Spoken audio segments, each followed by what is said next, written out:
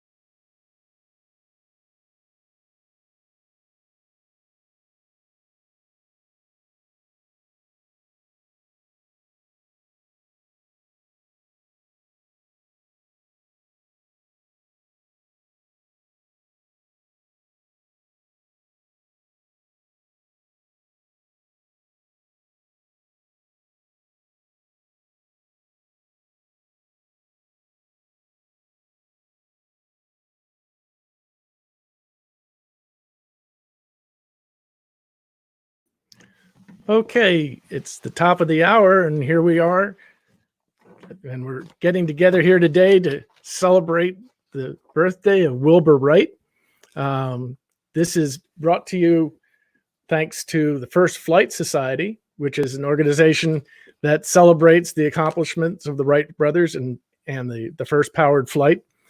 So before we get started, as I've asked in the chat box, just type in where your first name and where you're located. We've already got people signing in, and it's great. We have Noah, who's from Apex, North Carolina. And we've got Ty and Trin, who are here from Chicago.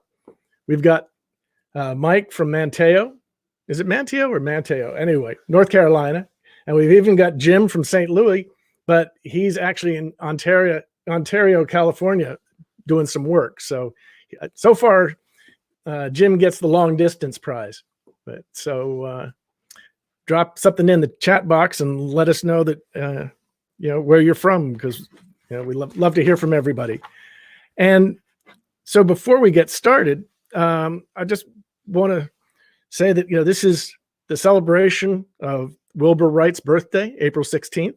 He was born in 1867, and he's said that he would share some time with us this afternoon to tell us a little bit about his life and what he remembers and some of his different thoughts. But I think before we get him out here, I think we ought to wish him happy birthday. So if you could all sing happy birthday to Wilbur, I think he'd love that. So sing it out nice and loud, and hopefully he'll be able to hear all of us. So let's see what happens. Happy birthday to you. Happy birthday to you. Happy birthday, dear Wilbur. Happy birthday to you. That was great. Awesome. I'm sure he heard that, and I'm sure he appreciates that. Now, for those of you who don't know, I'm standing here at Kitty Hawk, and behind me, you can see the two sheds where Wilbur and his brother Orville built the first flying planes to fly under their own power. And so hopefully we can get Wilbur to come and tell us a little bit about how all that came about. So let me see if we can get Wilbur to join us here. Wilbur, there you are. Oh, we've caught him in his workshop. Good to see you, sir. Hello. Oh, I don't have your sound. Yep. Let me try it again. Say hello again. Now? No, Hello? we're not. Now this was working just a second ago. Hang on a second. Let's try this again. How about? Well, we have a good picture of you. How about now? And turn your mic off, and I turn it back on again. Any better? Still nothing? All right, let me try bringing you back into the room again. How about now? Any better? No, we still don't hear you. You can't hear me. Tell you what, how about you log off and log back in again and see if that works? And meanwhile, we've got a whole lot of other people signing in that we can talk about. So let's just say hello to a bunch. We've got Anna and Taylor, who are in Kennett Square, Pennsylvania. We've got Bill, who's in Raleigh, North Carolina. Oh, Tiger 24 said she could hear Wilbur, so that's good to hear. All right, so I don't know why I couldn't hear him, but you could. Let's try this again. So in the comments, can say something, Wilbur? See if Happy birthday, okay. Wilbur. Let us know if you can hear. So everybody's hearing you, but me. I don't know why that is. Oh, I know what it is. Yep, my fault. I don't know why that is. I figured it out. So hang on a second. I figured it out. So hang on a second. My problem is, okay, well, anyway, so I can hear you now, Wilbur. My apologies for that, everybody. So just tell me a little bit, Wilbur, what do you have on your mind? What would you like to share with us today? Well, my friends, I was born a long time ago. I walked the earth. I flew in the skies around the earth a long time ago. My spirit has been called back, summoned from the past by all of those who have looked at the birds and dreamed and thought as I did that flying would be wonderful.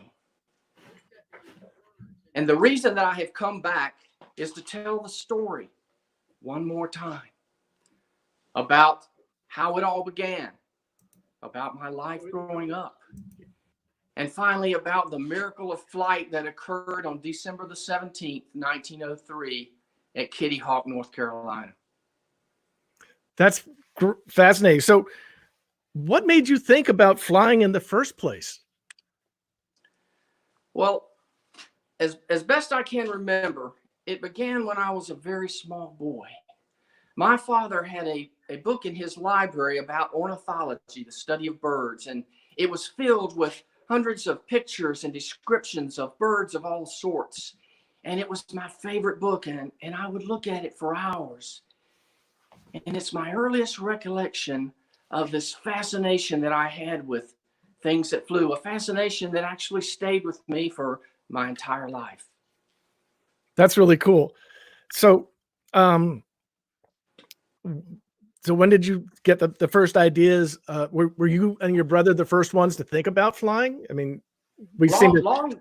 Long before I was born, long before my younger brother Orville came along. In fact, as long as there have been people, they would look in the birds and they would try to imagine what it would be like to fly, to soar over oceans and plains and mountains. And since they had never done it, they would make up stories, or they would draw pictures, or they created legends.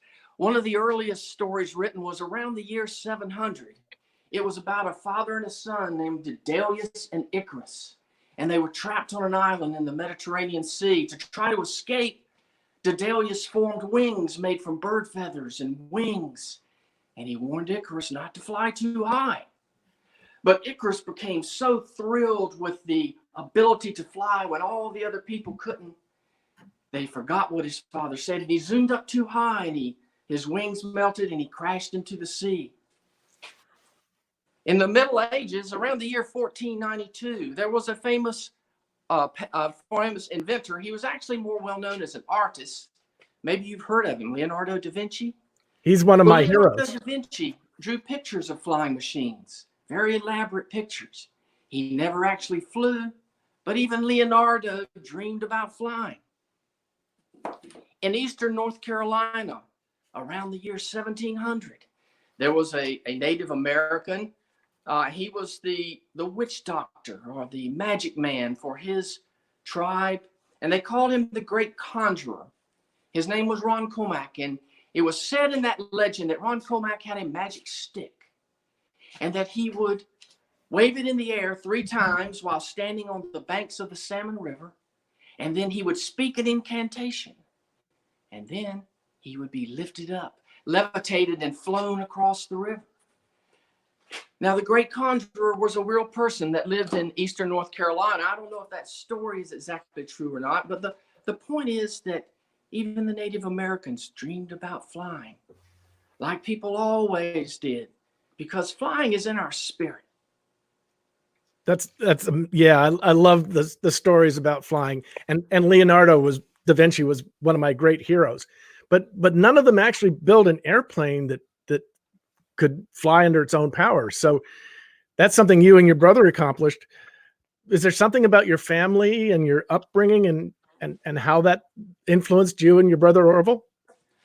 Well, my father was Bishop Milton Wright of the United Church of the Brethren.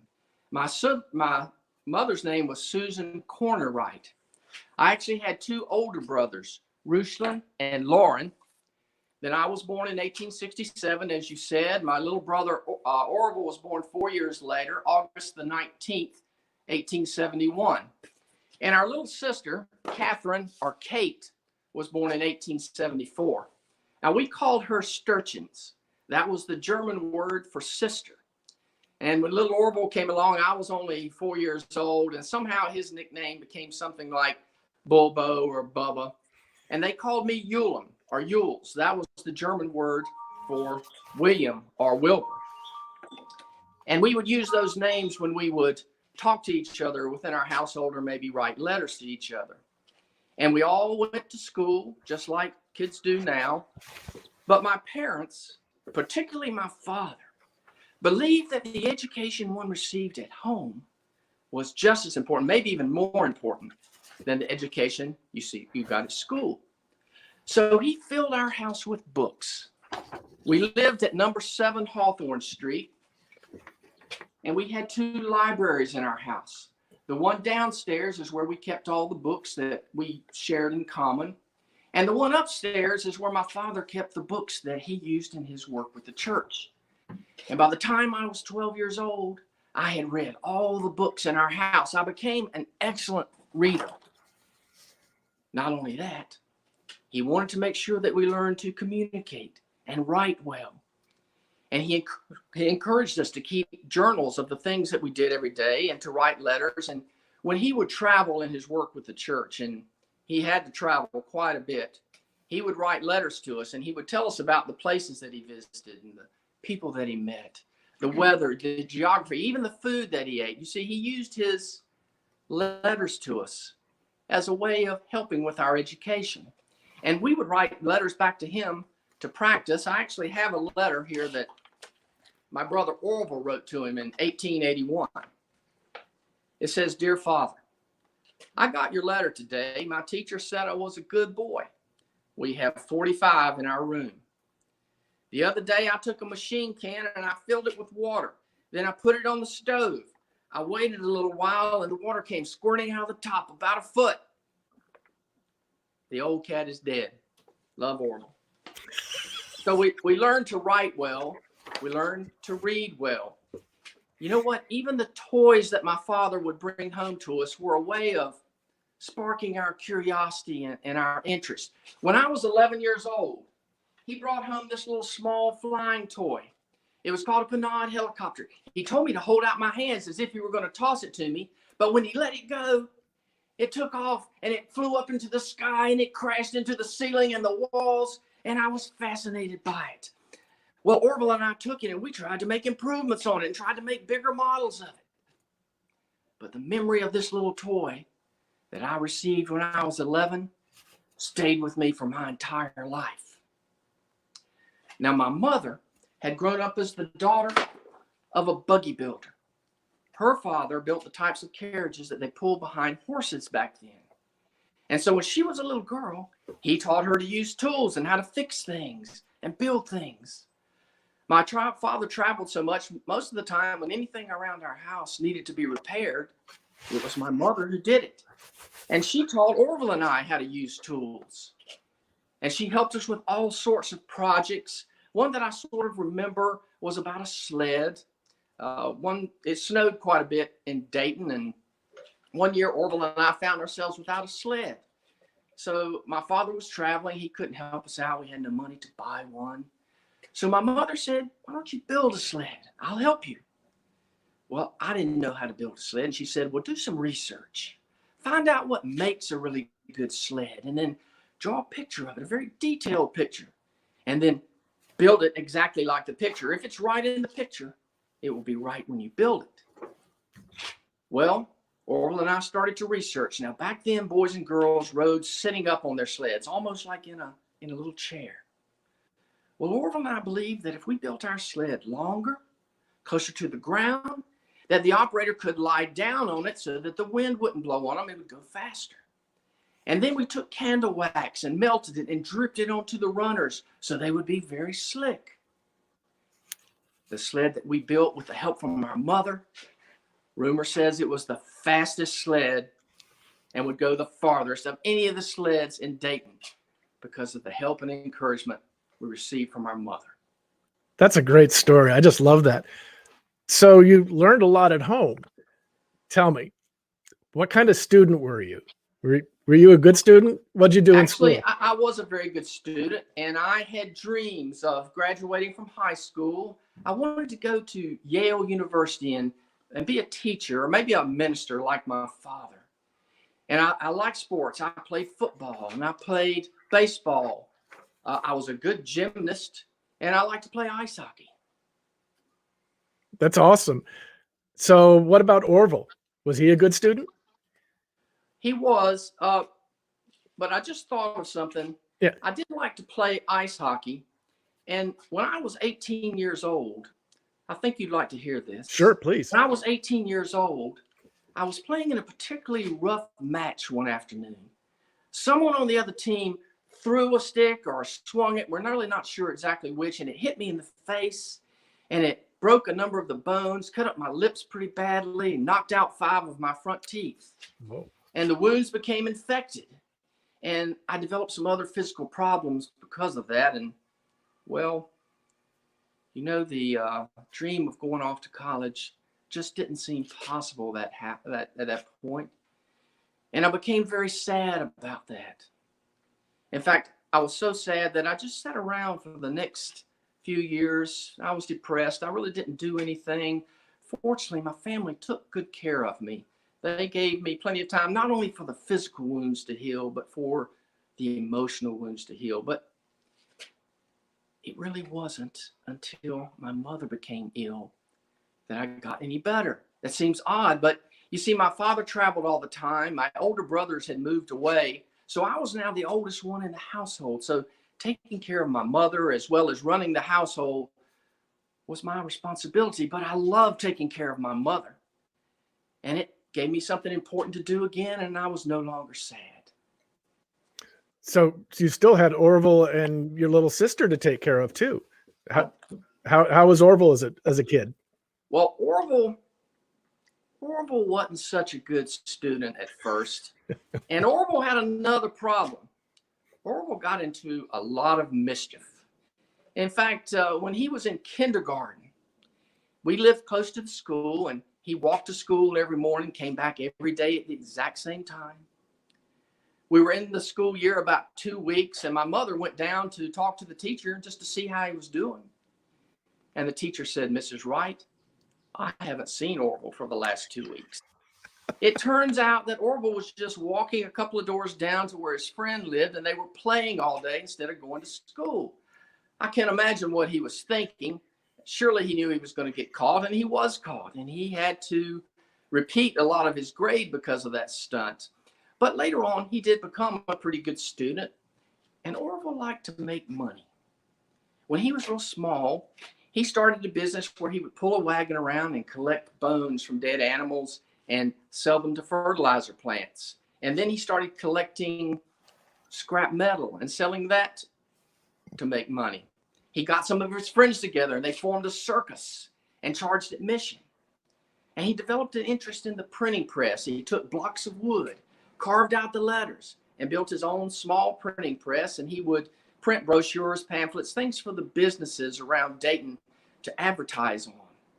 And then he asked me to help him, and we built an even larger printing press. And we started printing a newspaper. It was called the West Side Story, and that was our business for a while. That's amazing. So I don't see the connection between printing a newspaper and building an airplane. How did that come about? Well, about this time in the United States, the Merry Wheel was very popular. The Merry Wheel? What's that? I think you might call it a bicycle now. Oh, okay. Referred to it as Merry Wheels, and both Orville and I had one, and we would ride them around the countryside. We would use that time to talk and think and maybe make some plans. Orville actually became a very good bicycle racer around Dayton. And, just like with the little flying toy and the sled and some other things, we became very good at working on our bicycles and repairing them and making them better. And so our friends started to bring their bikes over to us to be repaired. And I convinced Orville in 1892 that we should open up a bicycle repair business. Not only did we repair bikes, we believed that we could build a better bike from scratch than you could purchase at the time. So we started building them also and selling them. This is one of the first models that we made. It was called a Van Cleve. We named it after one of our grandmothers. And it looks really fast. The business of buying or of repairing and selling bikes was actually going very well. But I was restless. I just didn't think that the bicycle business was what I was really meant to do for my entire life. I felt like there was some great big problem out there that I was meant to solve. I just couldn't quite come up with it. Well, then Orville got sick. He developed typhoid. Now that typhoid comes from contaminated or dirty water, and hardly anyone gets typhoid anymore, but back then it was very serious, and Orville was quite sick. And just like with my mother, his care was mostly my responsibility.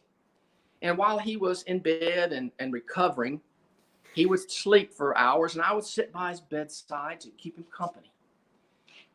Once I was reading through a magazine, it was McClure's magazine, and I read an article about a German scientist named Otto Lilienthal. Lilienthal had been conducting flying experiments with gliders. And my friends, not little small gliders. They were large enough for him to actually ride on. Imagine that, being able to soar like a bird. Well, I was fascinated by that possibility. I remembered the little flying toy that I received when I was 11. And I began to wonder if I could build a flying machine, and not just a glider. a controllable, powered flying machine. Well, as Orville started to get better, we discussed the possibility. We wondered, what would it take to build a flying machine? That's amazing. But now at the time, flying in gliders and stuff, that was pretty high risk. The life expectancy was not real great for a lot of those early pioneers. So you guys were taking some serious risks there, I would think. So how did you go from learning about what other people were doing and actually choosing to build your own? Well, Orville and I were always our whole lives into doing research. So I wrote a letter to the Smithsonian Institution in Washington, D.C. And I asked them for a list of things that had been written about flying machines. And from that list, I started an extensive reading program. And for the next several months, I read just about everything that had been written up until that time about flying machines. And from all of that research, I determined that a successful powered flying machine would have three main parts. It would have lifting wings. It would have some sort of engine or power plant to push it through the air. And there would have to be a way to control it all. Now, the secret of lifting wings had actually been known for some time, and I can show you how that works. If we take this curved piece of paper, and it's going to be the wing, and I'm going to be the wind. Now, if I blow on the bottom of it, our expectation is that it will rise. Let's see what happens. Okay, and if I blow on the top of it, we expect that it'll go down, right? Let's watch.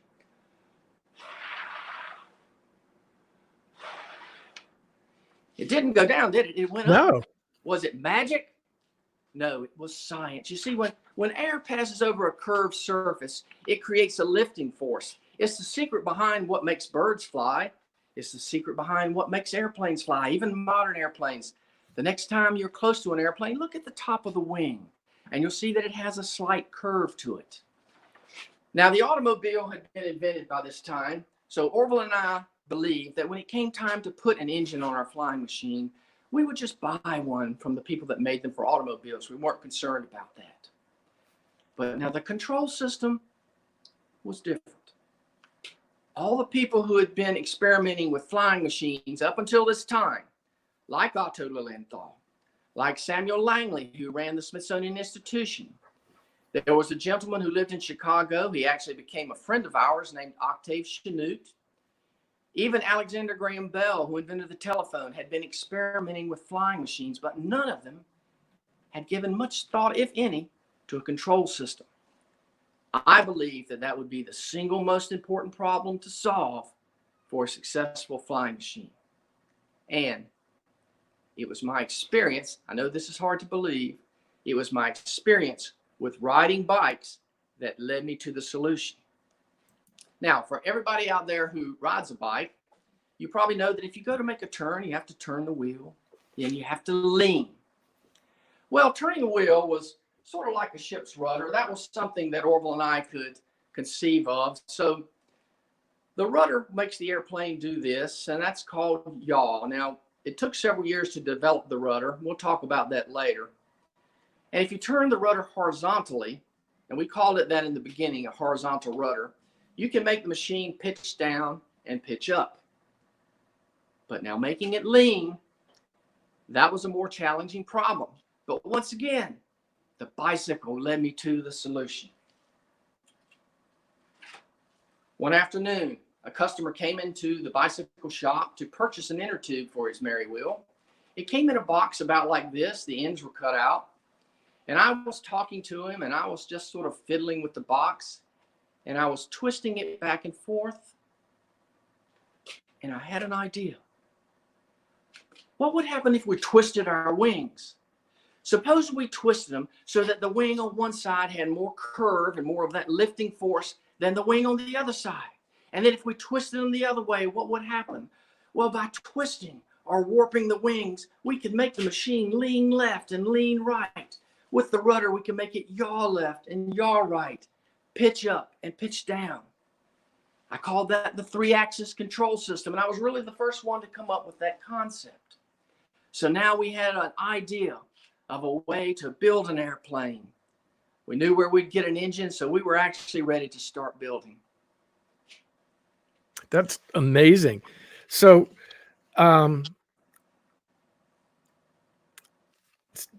so I'm sorry, lost my place here. So, what did you do to test out these ideas of yours? Well, I mean, the first thing, you're located in Ohio. Why did you just go out in the backyard and try stuff? well, in all the research I had done, I had determined that an ideal place to test the machine would have about 4 or 5 conditions. We needed steady winds. The first machines we were going to build would be gliders, so we needed some small hills to push them off of. We needed some wide open spaces. I wanted a soft place to land, something like sand. And oddly enough, I wanted a place that was private. I thought the machine would work. If it didn't work, I didn't want to be embarrassed. But if it did work, I didn't want a lot of people around who might steal our idea. So I wrote a letter to the United States Weather Bureau, and I asked them for a list of places like that. And they sent me a list of over 100 places. And I wrote a letter to each one of them, and I didn't have a computer or a keyboard. I had to write the letters out. I wrote a lot of letters. Most of them didn't reply. But I received this one back from Mr. William Tate of Kitty Hawk, North Carolina. I won't read all of it, but some parts of it you'll find interesting. He said, "Dear Mr. Wright, I would say here that you would find nearly any type of ground you could wish for. A stretch of sandy land 1 mile by 5 with a bare hill in the center 80 feet high, not a tree or a bush anywhere to break the evenness of the wind. This, in my opinion, would be a fine place. Our winds are always steady, generally from 10 to 20 miles velocity per hour." He goes on to say that I can reach there from Elizabeth City or Manio by boat, that they have daily mails, they have a telegraph. He says that we should come in September or October for the best weather, and that by November the weather gets pretty rough. But then listen to his last paragraph. "If you decide to try your machine here and come, I will take pleasure in doing all I can for your convenience and success and pleasure. And I assure you, you will find a hospitable people when you come among us." Well, I thought I would like Mr. Tate, so I decided that Kitty Hawk, North Carolina, would be where we would test our machine. I didn't even tell him I was coming. So you just packed up the car, hopped on the interstate, and drove to North Carolina? Well, it was a little more difficult than that. We had to put most of the parts, the smaller parts, in crates along with our camping equipment and some provisions. And I took a train, actually, several trains, all night. I rode down to the eastern part of Virginia. I had to ride a steamship for a while. I ended up in Elizabeth City, North Carolina, on the banks of the Albemarle Sound. Really just a short 40-mile trip to Kitty Hawk. But you know, it took me 3 days to find someone who even knew where it was. It was such a small, out-of-the-way place. But I finally located a ship's captain. His name was Israel Perry. He was actually from Kitty Hawk. And he had this small boat called the Curlicue. You can see that. And he offered to give me a ride. Well, it turns out the Curlicue wasn't such a good boat. And we sailed out. It got dark. We couldn't see land anymore. Big storm came up. Worst storm I've ever seen. It was tossing us all around. The waves were crashing over in it. It was already leaking, and I was bailing it out furiously, hoping I could keep it from sinking. The wind became so strong, it actually ripped the sails off the mast. We were in a lot of trouble.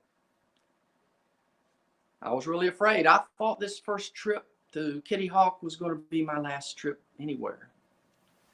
But somehow, Captain Perry managed to get us into the New River Inlet. We stayed there for the night, waited for the storm to pass. We made what repairs we could.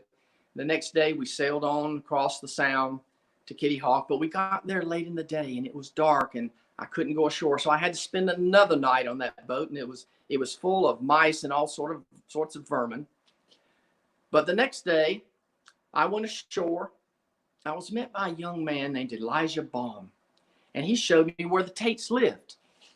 I have a picture of Mr. and Mrs. Tate sitting on their front porch with their two little girls, Irene and Paula, and probably Mrs. Tate's sister. And they were very nice to me. They asked me to stay with them. Mrs. Tate found out I had not eaten in 48 hours, and the first thing she did was make a great big breakfast for me. Well, I agreed to stay with them. And I asked if I could have a pot of boiled water every morning. Now, I know that seems like an odd thing to ask for, but you see, I had seen their well in their yard, and it looked like it had dirty water in it, and I was remembering what had happened to Orville when he caught typhoid. So I thought if I had a pot of boiled water every morning, I would be okay. Well, Orville, I started to construct the flyer out in their front yard. Now, the wings were covered with material, a tough material called muslin. And Mrs. Tate actually used her sewing machine to help me make the wings, fix the wings. And I think this is a story that not many people know, but when I went back to Dayton for the winter, I left the flyer with the Tates, told them they could do whatever they wanted to with it. Mrs. Tate cut the fabric off and made dresses for her little girls out of it. Well, Orville arrived a few weeks later, and we moved our camp a few miles down from where the Tates lived, and we put up 2 tents, one to keep the flyer in, one to live in. Now, later on, we would build the 2 shacks that you showed earlier. But initially, that's in the background there. Those are those 2 shacks, and that's what you used after you used the tents. Yes, yes. But at Cool. first we lived in tents, and we started to test the flyer. This is the first little flyer. We flew it like a kite at first because we wanted to see if that wing warping system worked. And then we put weight on it to see how much it would lift. And then finally, I climbed up on it and we pushed it off the sand dunes and I crashed. And we'd push it off again and I'd crash. You see, I was having to teach myself to fly. But after a lot of attempts and a lot of crashes and a lot of experiments, I was able to actually glide this first flyer about 300 or 400 feet. So we went back to Kitty Hawk. We were pretty happy. We went back to Dayton for the winter. We were pretty happy with how things had gone. So it just didn't lift as much weight as we had calculated it should. So what year was that? That was 1900? That was 1900. Okay. And so you kept at it. What happened next year? Well, to try to solve the problem of the lift, Orville and I thought we would go back and look at the work that Otto Lilienthal had done. He was the world's foremost expert. He had done more experimenting than anybody. And in all of his research, he had determined what he thought would be an ideal wing shape. So we built a second glider, and in 1901, we used his suggestion. We went back with another glider. Unfortunately, the weather in 1901 was really bad. And the wind was blowing sand and grass and gravel into everything. It was cold at night. It was hot during the day. But you know what the worst part of it was? The mosquitoes. They were so thick. They were like clouds that would blot out the sun. And it was really hard to try to keep experimenting while constantly swatting mosquitoes. And even at night when we would try to sleep, they would bite us, so we couldn't sleep well. It was really miserable work. But we persevered. But something was wrong. The machine didn't lift as much weight as the one the year before had. And I started to lose control of it in turns for reasons that I couldn't explain. And the crashes became worse. And we did know that Otto Lilienthal had been killed in a glider accident. I was really discouraged. On the train ride back to Dayton, I told Orville that I didn't think man would fly for 1,000 years, and I was ready to give up. But you didn't give up. I mean, we know we get to see ahead in the future and see that you accomplished it. So a lot of people feel like giving up sometimes. What was it that let you keep going? Well, I think that's a wonderful story, and the importance of having positive people around you who will encourage you. Because I got back to Dayton, and even though I was ready to give up, Orville encouraged me. And our little sister, Kate, she really encouraged me. You see, I had been invited to Chicago by Octave Chanute, who was an engineer that worked for the railroad and had been experimenting on his own. And He was having a conference. He was inviting scientists from all over the country to come, and he wanted me to come up there and tell them about our experiments. Well, I didn't want to go. I thought we'd been a failure up until this point. Well, Catherine encouraged me to go. She said it would be good for me, that I would learn from them. They'd learn from me. She borrowed clothes from Orville so that I would be properly dressed, and she shipped me off to Chicago. But I had to figure out, why did the machine work pretty well the first year and not work well the second year? Well, Orville and I began to suspect that Otto Lilienthal's data had an error in it, or maybe several errors. Now, that was saying quite a lot, because Otto Lilienthal was the world's foremost expert. And we were only high school. We didn't even finish high school. But we had to find out. So we built this wind tunnel. It was a wooden box about 6 feet long. It had a fan in one end of it. And we built several hundred models of wings, all different shapes and sizes. And we tested them in that wind tunnel. It took a couple of months, and it was very slow and methodical work, but we kept at it, and we were finally thought what we had was the best shape for a wing. So we built another flying machine using that shape. We also added a fixed rudder. It didn't move on the back of the plane. We thought that might help us with some of our control problems. We went back again in 1902. Now, up until that time, I had been doing all the flying. Here's a picture. That year, Orville began to learn. And this is a picture of Mr. Tate and me pushing him off one of the sand dunes at Kitty Hawk. And the wing worked very well, just as we thought it would. Otto Lilienthal had been wrong, and we proved it. But we were still having problems with control. And Orville and I were discussing it late into the evening one night, and he was drinking coffee. He drank too much coffee, and he couldn't sleep. He was tossing and turning, and while he was doing that, he had an idea that perhaps we should make the rudder movable, like a boat's rudder. He discussed it with me the next morning. We made the changes to the flyer, and it worked. We now had a wing that lifted, and we had proper control. All we needed to add was an engine. So this was 1902, right? Correct. I have to tell you that we have a Michelle Cabot is on the conversation here, and she's a member of the Aero Club of New England. And those folks sent you and your brother some money to back your project back in 1902. So it's cool that we have a connection like that. So all you need now is an engine. So you just went and got an old lawnmower, right? And put the motor on? It turned out that we thought we'd use an automobile engine, but all those that were made currently were way too heavy. And no automobile manufacturer was interested in making just one small engine for the Wright brothers. So we decided we would build our own. And here's a story that not many people know. We had hired a gentleman to work in our bicycle shop named Charlie Taylor. He was a master machinist, very good at what he did. We gave Mr. Taylor a crude picture of what we thought we needed, and he took a block of aluminum, because it was a very lightweight metal, and he constructed a small but powerful engine for us, the only one like it that had ever been made.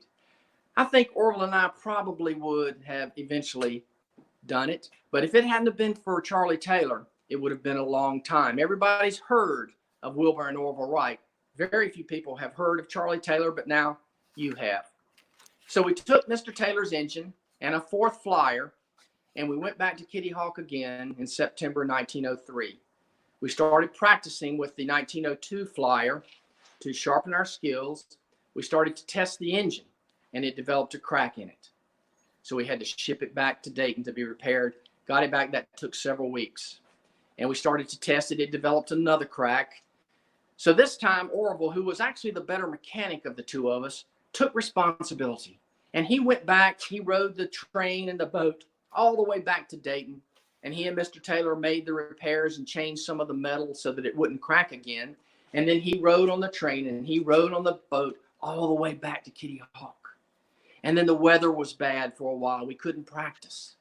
But finally, by the evening of Saturday, December the 12th, we had completed everything. The machine was ready to go. We were excited about flying, But and the weather the next day was perfect. but wait a second, December 12th. I'm not Yes. really good on my history, but I don't think you flew the first time until a bit later than that. What happened? The next day, we didn't fly because it was Sunday. And we had promised our father, the bishop, that we wouldn't conduct flying experiments on Sunday. And we had way too much respect for him to not tell the truth. Our integrity wouldn't allow it. So we went for a walk. We visited some friends. We even wrote some letters. But now the next day, December the 14th, it was a Monday. We got up early, and right away, we would start to work together as a team. I would fix breakfast while Orville would shave, take a bath, and dress up in a coat and tie. We always dressed up to go to work. That's how our father had taught us you went to work. And then after breakfast, Orville would clean up while I would dress up and shave and take a bath. And then we put up a flag so that the men at the lifeguard station several miles away would see that we were conducting flying experiments. And they would come over and help us move the machine around. And then we flipped a coin. And I won the toss. I would be the first person to pilot a powered airplane in history. Now, we were taking off and landing from the sand. Our flyer didn't have wheels on it.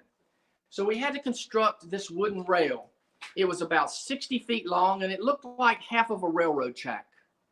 The idea was that the machine would slide along it until it was going fast enough. It would take off and fly and then land in the sand like a sled. So I climbed aboard. I checked the controls, listened to the engine, sounded good. I nodded to Orville that I was ready. I released the rope that was holding it back, and it started sliding down the rail. It was picking up speed. I got close to the end, and I pulled back on the controls, and it shot up into the air, and I shoved the controls over, and it slammed in the ground. It broke the rudder. It threw me off. It cut up my face. But I wasn't discouraged, believe it or not. I felt like that if I had done a better job, if I had had more experience, that it might have worked. It took the rest of that day and the next day to make repairs. December the 16th, the weather was really bad and we couldn't fly that day.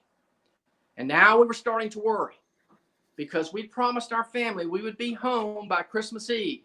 And we knew it would take about 7 days to pack up and travel home. And we always kept our promises. So we pretty much had to fly on December the 17th or give up for the year. Whoa. Well, that's pretty dramatic buildup. So here we are, December 17th. You've got one shot at this before you have to leave. And so you got in your flying togs. What happened? Well, during the night, the temperatures dropped down. It was bitterly cold. It rained. All the puddles outside were frozen over. It really wasn't a good day to fly. But like I said, we pretty much had to fly that day or probably give up for the year. So we dressed up as warmly as we could. We put up the flag. The men from the lifeguard station came over. There were 3 lifeguards. There was a traveling salesman and a young boy named Johnny Moore. Now, one of the lifeguards was named John Daniels. We gave Mr. Daniels our camera and asked him if he would stand in this spot and pointed at the end of the rail, and then the machine flew to squeeze this bulb, and we hoped we could get a picture of it. Mr. Daniels had never even seen a camera before, but he thought that he could do that. Well, then Orville and I walked away from the crowd, as we always did every morning. We walked out by the left wing of the flyer, and we shook hands, and we wished each other luck.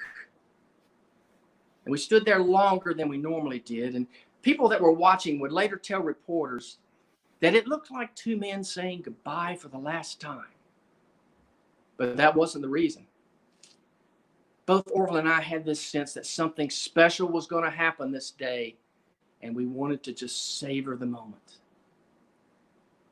It was Orville's turn. He climbed aboard. He checked the controls. He listened to the engine. He looked over at me.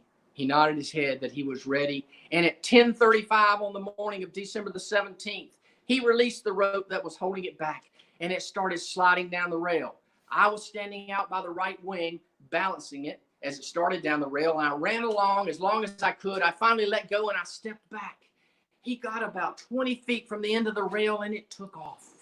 It climbed up about 12 feet. It came back down and didn't quite touch. It went back up and down and back up and down until finally he landed it in the sand at Kitty Hawk. He kept it in the air 12 seconds. He had traveled 120 feet. But in those 12 seconds, in that 120 feet, that dream I had had, since I saw the little flying toy, had come true. Man had flown a powered airplane for the first time in history. I ran over to Mr. Daniels and I said, "Did you get the picture?" He said, "Mr. Wright, I was so excited when I saw it flying. I don't know if I took the picture or not." Well, it took several weeks to develop, but Mr. Daniels had taken the picture. And I think this is sort of a funny story. A man who had never even seen a camera before took the most famous picture of an airplane ever taken, just as it lifted off the ground for the first time in history. Well, after that, it was my turn, and I flew it for a little under 200 feet. And then Orville's turn. After that, he flew it for a little over 200 feet. And on the fourth attempt that day, it was my turn, and I kept it in the air for 852 feet for 59 seconds before I landed it. Well, we were feeling pretty good about things then, so we took a break for lunch, and we were discussing the possibility of maybe flying it further down the beach, maybe around the lifeguard station and back. But we really didn't pay attention to the flyer, and a big gust of wind came along, and it started tumbling it over and over down the beach like you dropped your umbrella in the wind. Mr. Daniels, who was a big guy, tried to hold it, but it just drug him along. By the time we got it stopped, it was broken up pretty badly. We knew it would take some time to repair. We had accomplished what we came to do, and we had promised our family we'd be home by Christmas. So we packed up and we went back to Dayton. So did you ever go back to Kitty Hawk? We did later on for some more experiments, but basically over the next few years, we continued to make improvements to our flyer. And we were finally able to sell our invention to the French and then to the United States Army. That's amazing. So you weren't the only ones who were working on powered flight at the time. There were people in France and other parts of the US who were working on this as well. And a lot of those people, I think, had a lot more money and a lot more resources behind them. What, you and your brother, bicycle builders out in Ohio, ended up being first. But what do you think made that happen? Well, I think the biggest reason was because Orville and I worked so well together as a team. It seemed like we had each other's thoughts. We were so close. But beyond that, there were so many things in our life that didn't seem so important at the time that turned out to be very important. For example, we learned skills from our father when we were very small to read and to write. If I hadn't been such a good reader and writer, I couldn't have done all that research. I couldn't have written all those letters. And then my mother taught us how to use tools, and she encouraged us to do things that we didn't think that we could do. And then there were other things in our life that in the play and the growing up that just didn't seem important at the time. That turned out to be very important. For example, look at the runners on the sled, on the airplane. This was an idea that we most likely got with our experience with sledding. And look how Orville is lying down on the flyer to cut down on the wind resistance. Probably something that we brought from our time with sledding. And there is a chain drive between the engine and the propeller.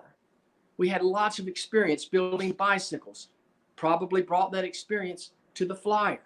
And remember, it was my experience with riding bikes that led me to the design of the 3-axis control system. Many things that didn't seem so important at the time turned out to be very important. And there were some unfortunate things too. When I was 18 and I was injured playing hockey, up until then, I was going to go to college and become a teacher. Do you suppose that if I had done that I would have taken the time to invent the airplane? I don't think it's likely. And then, well, when Orville was sick, that was the time when he and I really conceived and conspired of the idea of building the airplane. And when my mother was sick, that was the time that Orville and I really learned how to be self-sufficient and to take care of ourselves and plan ahead. Look where we were living out at Kitty Hawk.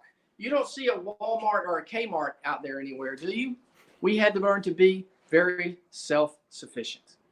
All of these lessons, all of these things in our life that didn't seem so important at the time turned out to be very important. If you're in school, you may have to write an essay this afternoon.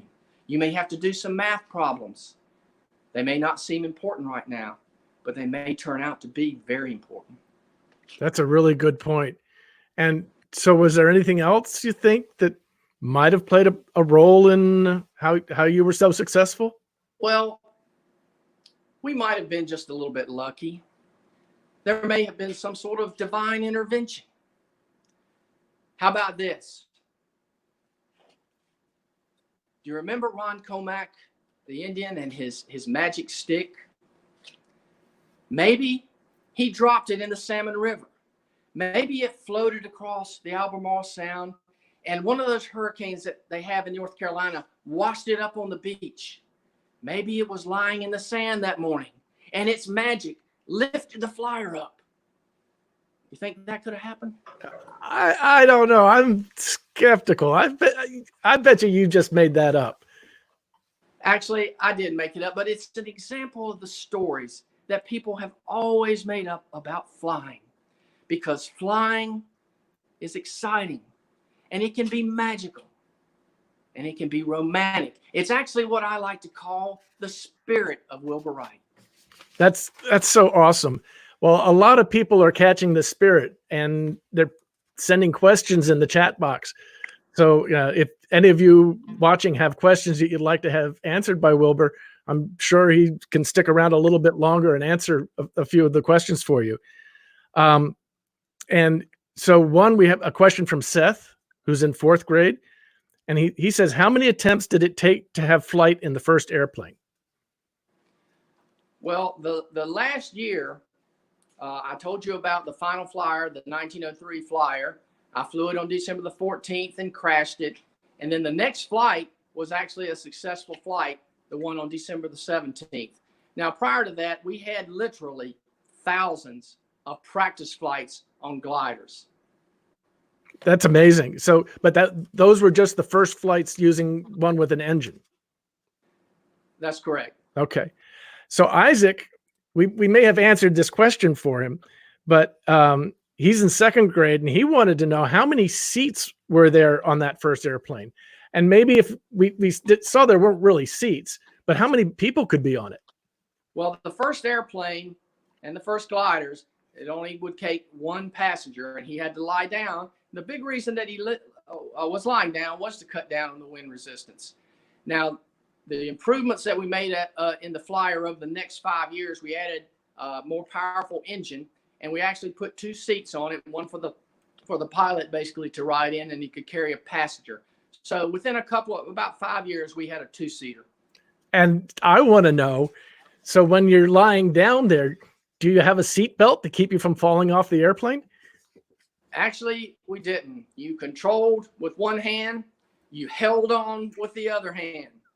You controlled part of it actually because of a cradle on your hips. You had to move your hips one way or the other to get the wings to work. Oh, wow. Okay. And Katie, who's 8 years old, wants to know, is it easy or is it hard to fly an airplane? Well, for me, it was very hard because I didn't have an instructor. I had to learn on the job, so to speak. And because of that, I had quite a few crashes. Fortunately, the sand was pretty soft down at Kitty Hawk, so I really didn't injure myself very much. To learn to fly now, I think anybody can do it. You have an instructor, you learn little bits and pieces as you go. So it's not so hard. It's like any other skill that you might learn. So Trin is in 3rd grade, and she'd like to know, can you tell us the name of the cameraman, the guy who took that picture again? His name was John Daniels. John Daniels, and he'd never seen a camera before. Never seen a camera before. Talk about beginner's luck. That's amazing. And Jonathan would like to know, how old would you be today? Oh, you'll have to do that math for me. I think 153. There you go. Well, that's pretty good. Well, those are the questions we've got for you at this point. I'm sure they all join me in wishing you a very happy birthday and congratulations on what you and your brother accomplished and how it really changed the world. It's quite amazing. So want to thank you so much for your time and being so generous with your stories. Is there anything you want to add for everybody who's listening in? We talked quite a bit about the Wright brothers and everything that they did. A lot of information. If you could just remember these two things. Man first flew a powered airplane for the very first time in history, nearly 117 years ago. And he did it on December the 17th, 1903 at Kitty Hawk, North Carolina.